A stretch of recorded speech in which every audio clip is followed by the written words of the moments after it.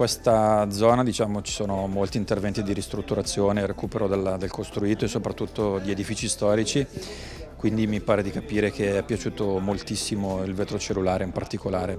più che il gas beton perché nuove costruzioni non se ne fanno. Il vetro cellulare sia in pannelli che in ghiaia è piaciuto tantissimo per la possibilità di fare vespai con un materiale salubre, sostenibile, riciclabile a fine vita, che permette di andare a risanare un pavimento che molto spesso ha problemi di umidità oltre che di scarso isolamento termico. In questo caso in Toscana non c'era stata molte occasioni precedenti di fare interventi simili, quindi mi è stato utile per capire le esigenze della zona, ma mi pare di capire che è stato più utile per i progettisti perché non conoscevano questa tecnologia, quindi ho raccontato a tantissime persone le particolarità di questo materiale che veramente quasi nessuno conosceva.